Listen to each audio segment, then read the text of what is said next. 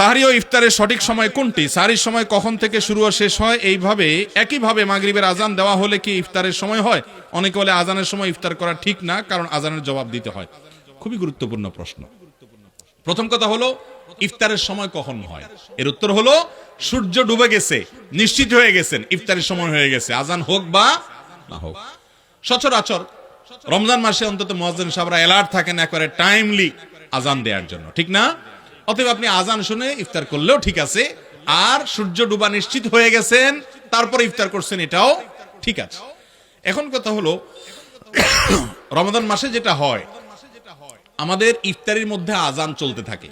মুয়াজ্জিন সাহেব বেচারা একটা খেজুর দিয়া কোন রকম মুখে খায় বেচারা আজান দেয়, এবং মাগরিবের আজানটা একটু তাড়াতাড়ি করেই দেয়, কারণ ক্ষুধা তো তারও আছে বেচারা। তো এখন একাম আজানের যে জবাব দেওয়া, মুয়াজ্জিন যা যা বলে তা মুখে মুখে তার সাথে বলা, হাইয়া আলাস সালাহ হাইয়া আলা ফালাহ সময় লা হাওলা ওয়ালা কুওয়াতা ইল্লা বিল্লাহ, আর বাকিগুলো যা যা আছে তা বলা, এটা সুন্নাত। এত সওয়াবের কাজ যে মুয়াজ্জিনের আজান শুনে যত মানুষ নামাজ পড়তে আসবে তাদের সবাই সওয়াব মুয়াজ্জিন সাহেব পাবে। আর আপনি আজানের জবাব দিয়ে মুয়াজ্জিন সাহেবের সাথে তাল মিলিয়ে তা বললেন, আল্লাহু আকবার বললো, এরপর আপনি আল্লাহু আকবার বললেন, আশহাদু আল্লা ইলাহা ইল্লাল্লাহ বললো, আপনি আশহাদু আল্লা ইলাহা ইল্লাল্লাহ বললেন।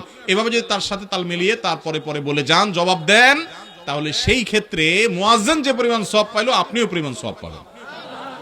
তাহলে এবার নিজের নামাজের সওয়াব তো পাচ্ছেনই, এক্সট্রা সমস্ত মুসল্লিদের সমপরিমাণ নামাজের সওয়াব পাবেন। কত বড় ব্যাপার!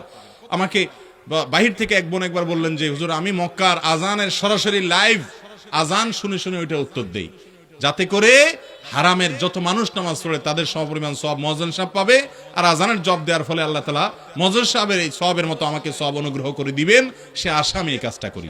অতএব আজানের জবাব দেওয়াটা একটা বড় আমল এবং সওয়াবের কাজ, যেটা আমরা করি না। রমজান মাসে আমলটা আমাদের ছুটে যায়, এটা ছুটা উচিত না।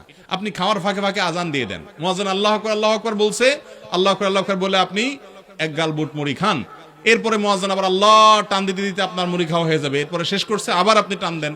অতএব বুদ্ধি যদি থাকে তাহলে বুট মুড়িও খাওয়া হবে, আজানের জবাব দেওয়াও হবে। আর বুদ্ধি যদি না থাকে, অথবা যদি পেট মনে হয় যে সোলায় পড়তেছে, তাহলে আর আজানের জবাব দেওয়া হবে না। যদি আজানের জবাব মুখে দেওয়াটা ওয়াজিব না দিলে গুনাহ হবে না, কিন্তু দিলে সওয়াব হবে।